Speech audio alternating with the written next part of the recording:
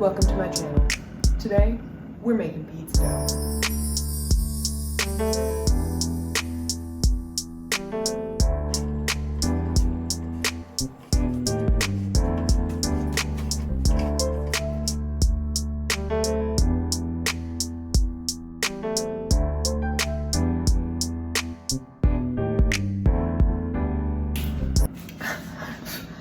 Oh, hey.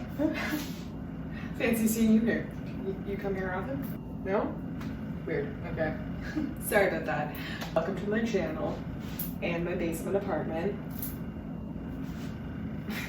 Excuse me. Today, I'm gonna take you through the age-old process of pizza dough making. Hi. I have a shit ton of fresh herbs.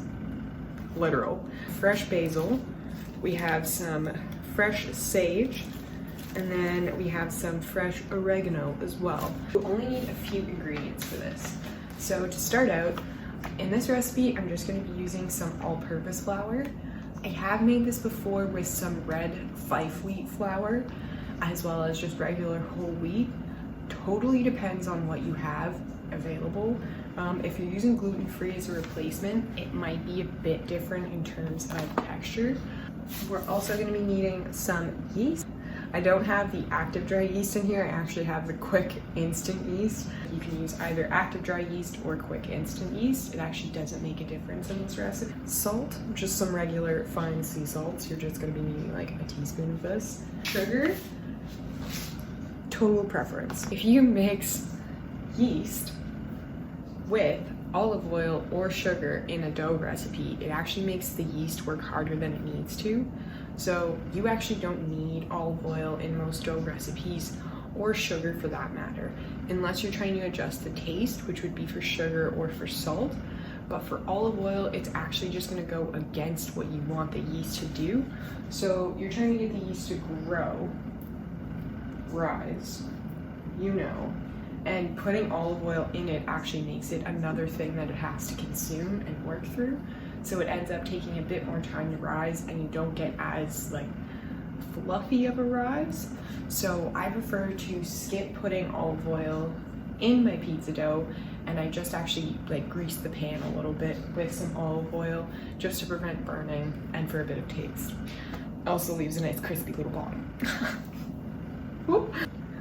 We're gonna need one large mixing bowl, and you're gonna want a lid to fit over this, or just something you can cover. So if you have saran wrap, beeswax wrap, stretchy lid cover thing, like these, beeswax wrap, whatever variety you have, or a lid, you're just gonna need to cover this at some point. Okay, now starting with the actual recipe, you're going to want to start off mixing all of your ingredients in a large mixing bowl, starting with 2.5 cups of all-purpose flour, a tablespoon of yeast. You can use traditional or quick rise in this recipe, and then just about half a teaspoon of salt, or a weird kind of pinch of a handful, and 1 tablespoon of cane sugar, and this just adds a nice flavor to the dough, and then 1 cup of warm water. And you don't want it to be hot, or it can actually kill the yeast, so just like a bath water temperature almost. You're going to want to mix the dough with a wooden spoon just until you can no longer really stir the dough, and you're going to want to switch to kneading with your hands. Now the trick here is not to overwork your dough, but to try and make sure that you get all the loose remaining pieces of dough.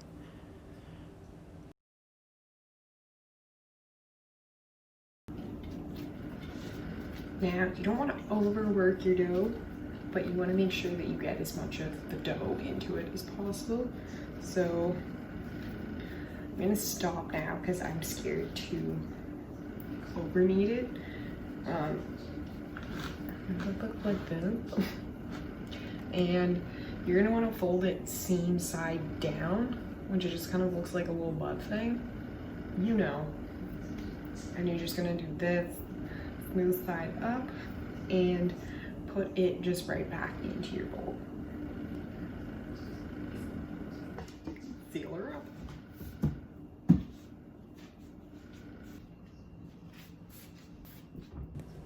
Now I'm just going to start and prep some ingredients for a salad we're going to have with the pizza, and then I'm also going to go ahead and chop the toppings for our pizza as well.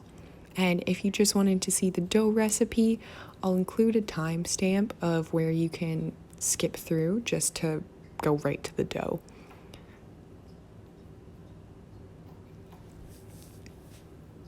Now for the salad, I'm going to be using some orange peppers, cucumber, no red onion, salmonella, and some mixed greens and spinach. And then for toppings for our pizza, I'm actually making it like a barbecue pizza, I guess. So I'm going to be using some red peppers, cheese, chicken, and a lot of fresh herbs. So I'm going to be chopping some fresh basil here, as well as some fresh oregano to go on top.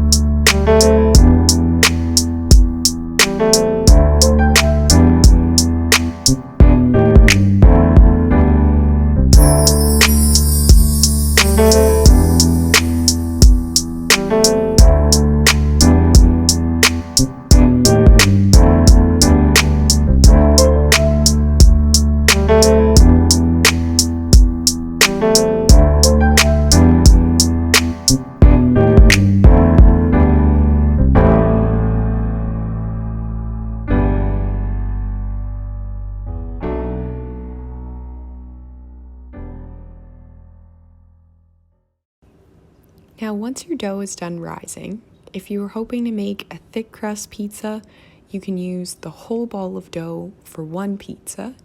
And if you're looking to make two thin crust, you're going to want to split your large ball of dough into two. So here, I'm just trying to spread out one roll of dough, and I find it's easiest to work from the thicker parts of the dough and work around in a circle, almost squeezing the dough out.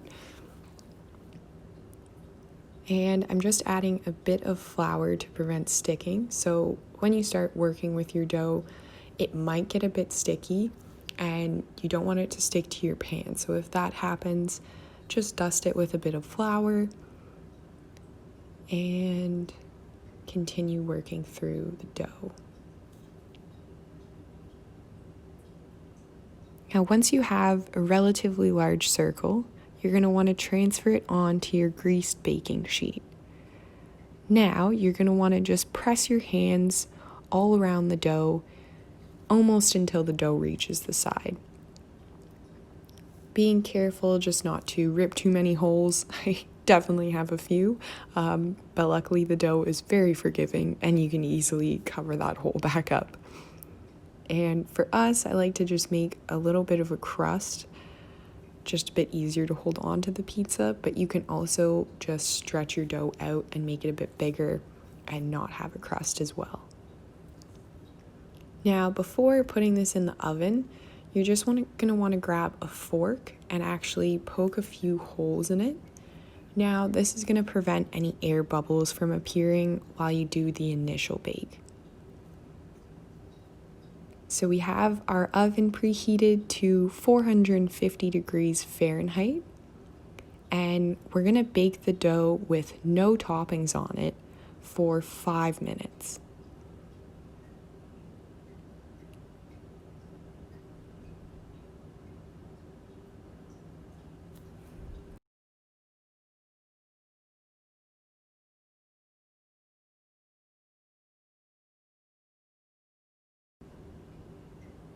And so we're making 2 pizzas here. So I'm just gonna grab the other ball of dough and begin going through the same process. Just working through the dough, flattening it as much as possible,